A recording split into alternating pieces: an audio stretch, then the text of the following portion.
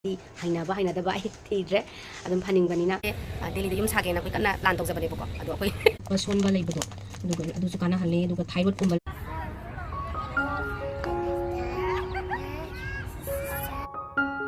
Good morning mayam khurumjari mayam kamdau birige nungai nungai na dum laiminase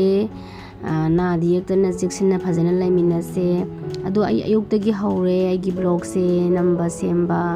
ai duk mayra ayuki mangang punsipeda katpa loijare adu mayam aigi blog se loiba phawba yengbiyo smaina haijage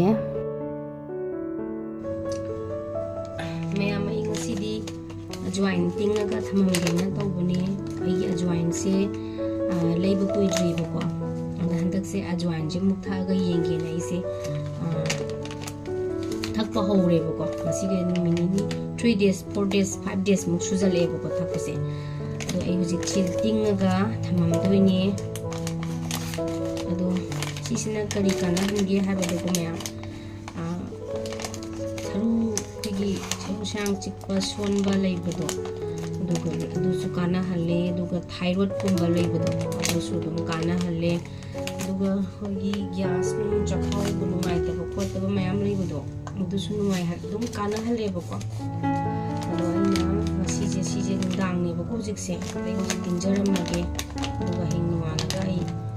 adu su habjar ki ko Ajwain ne yam thaga thakte ba ko khara ha ba minus kunji thalna ha bai bani Ajwain na Ajwain ha ma thak ko ba hawani na manam ha do ka ngai do manjena khala ga do ne do manam bikin tawje hawe ba dum si ba adi uji class da ha ba ke hayi si tinga ga thamam ge ba ko se hejara ma ke ha ba tinga ga thamam ge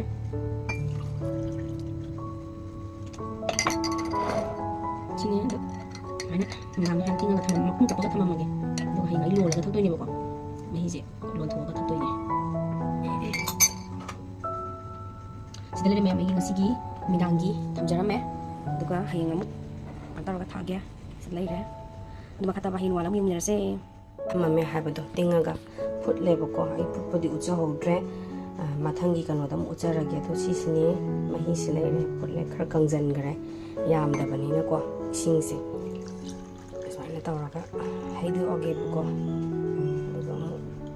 kano na chum ga dong ne chum dre chum camera ji pai bani na ko this mine lai re mahi se yoki aigi site ai ta ado ajwain do mayam dang tingam bado phutle loire sida lai re ado kangjan gi bagi khara gano tawre bako ado ismaina yoki empty stomach da mana thae bako ado thagai haijara gi hawe bako ado hainadaba mi manam kanu hainadaba mi glam gadra hainadaba mi dadi manam hainadi haigani bako ado haningba haksang je sum phaningba koningba dum leiragadi hainaba hainadaba ai thidre adum phaningba nina ado sisina ajwain ne mamang da ina sakhau gi problem gastric am leiba khotpa gi am lawe badudi matam do dai block semdaba nina block leite aduna dum adi jira mithi gumba je thae bako aduna dum pharakhi be amna gastric leiba se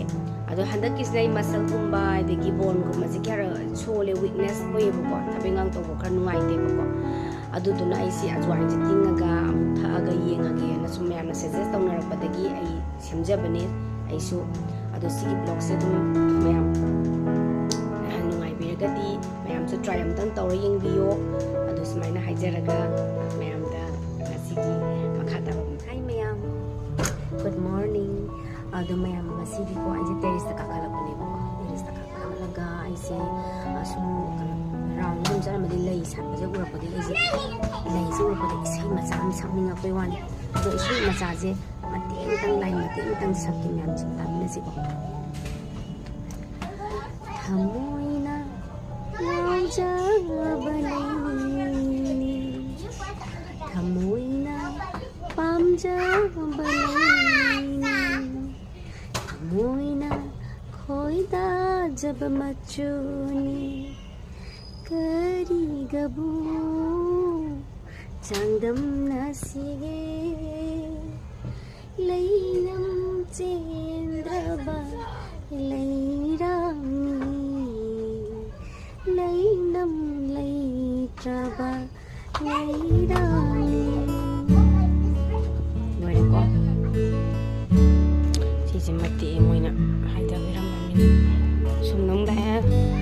Sẽ thế nên là phu mà dạ hầu rì là phu thả bài ta này Phu mà dạ tulsi Nà cà đi Lấy nuôi đi khăn đế Xin lấy dụ bà ta ngao Ta này xây mà giam dùng ngang thục ta nè Là phu Hai mayam Mayam ngasidi Kay mamaya nga lagi do ako isi daily da yung sage na koy kana plan tog sa bane ko ado akoy daily da yung sabagi nung do laizare mayam yang jarage na isi blog si sema bane do nung do kamay to puno do amtang mayam da kangan jarage ko yang jarage nang hakida choya nung kala tungsin pam do an faram de do ay won tungsin man ne ban nung je ada ay sam toy tungsin ba kang kang na nung do no yang Tuin tungjin le na nung do tare nung do tare sini ma'am ado kamay to ro tare no banang nahan dei phang nai na wa re tum ba ya tren to ma'am do nung tungjin ba sigi awa ba sidi ko nung tungjin ba group na da khangam gani sigi thingi ba na di sidi ko es tum ba sa ba ya gi tre so khang ba ngam ba jan na te injection kap tri ge ngam jan na te sigi ma cha sina yung lan tare ba ay mo ay gidi asaubi do ne ba ay gi nung je aduna asaubi ni na amu si chai ai chai manga turu mu shure da na nung je le ri je ado amu chai ama ani le raga mu ta ba ma to ma ga su mu ta gre ade hang che hapta mani mamang hapta mani mamang do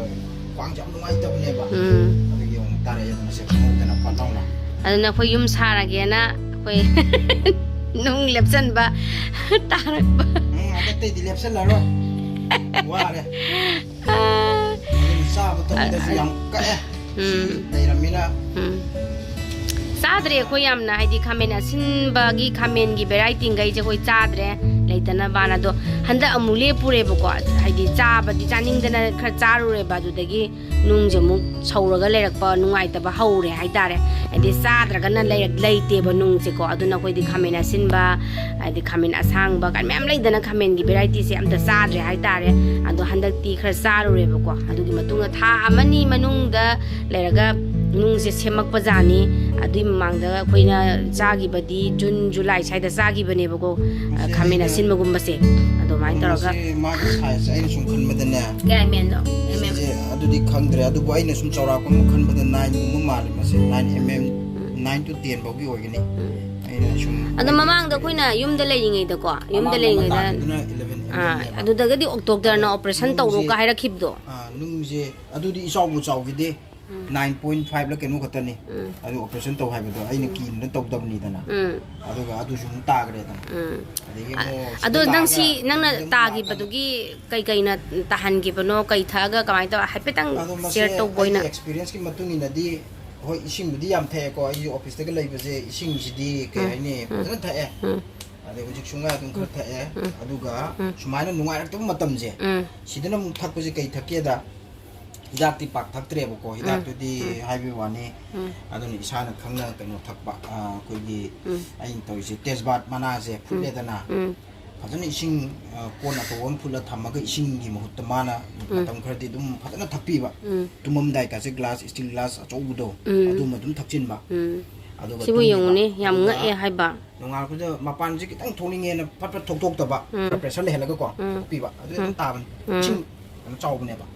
ai tesbat mana se khara dum dunia si sidi yang badadi ko kana to ma le ko ngal le ka jwai kai ba kai gi to bo pot oi bane ma gi nung si kana ko mam di mu chu ba yamna kana kan law ba ko oi haine ko ma gi di ko si kitang kana to ra di jwai kai ka dong ne ba aduni sini maya sum share tawning dana video se sum namjarak pane hapkalak pane adu kai guma nung gumba sani sum lai tardi ising yam thakpiyo tezbata do phulaga yam thakpiyo admai tawraga tarak pane aduma di experience sum leijare hai tare kari charaga ai jinung leirakte kari charaga nung leire hai badu sum khangjare adu mayamna sum aikoina kano tawjaning gidana hapsarak pane blog se mayam nungai biraga di khangnung biraga leiraga di dum comment macha madum pibiro ꯑꯗꯣ ꯁꯨꯃꯥꯏꯅ ꯂꯣꯏꯁꯤꯟ ꯃꯈꯥ ꯇꯥꯕ ꯌꯦꯡꯃꯤꯟꯅꯔꯁꯦ ꯃꯌꯥꯝ ꯃꯩꯗꯤ ꯐꯖꯃꯟꯗꯅꯀꯣ ꯇꯦꯔꯤꯁꯇ ꯀꯥꯔꯒꯅꯦ ꯁꯨꯃꯥꯏꯅ ꯍꯥꯏꯅꯩꯌꯦ ꯑꯩꯈꯣꯏꯅ ꯑꯉꯥꯡ ꯑꯣꯏꯔꯤꯉꯩ ꯃꯇꯝꯗ ꯁꯨꯝ ꯍꯥꯏꯅꯕꯁꯦ ꯅꯣꯡꯖꯥꯕꯤꯅꯦꯒ ꯍꯥꯏꯅꯩ ꯅꯣꯡꯖꯥꯕꯤ ꯊꯣꯛꯂꯦ ꯀꯥꯏꯅ ꯁꯤꯒꯤ ꯀꯩꯅꯣꯁꯦ ꯁꯨꯃꯥꯏꯅ ꯃꯆꯨꯁꯦ ꯀꯩꯅꯣ ꯌꯦꯜꯂꯣꯏ ꯀꯩꯕꯣꯏ ꯆꯪꯉꯛꯄꯁꯦ ꯅꯣꯡꯖꯥꯕꯤ ꯊꯣꯛꯂꯛꯑꯦꯒ ꯍꯥꯏꯅꯩ ꯑꯗꯣ ꯁꯨꯝ ꯐꯖꯃꯟꯗꯅ ꯅꯝꯃꯕꯅꯦ ꯌꯦꯡꯅꯤꯡꯃꯟꯈꯤꯗꯅ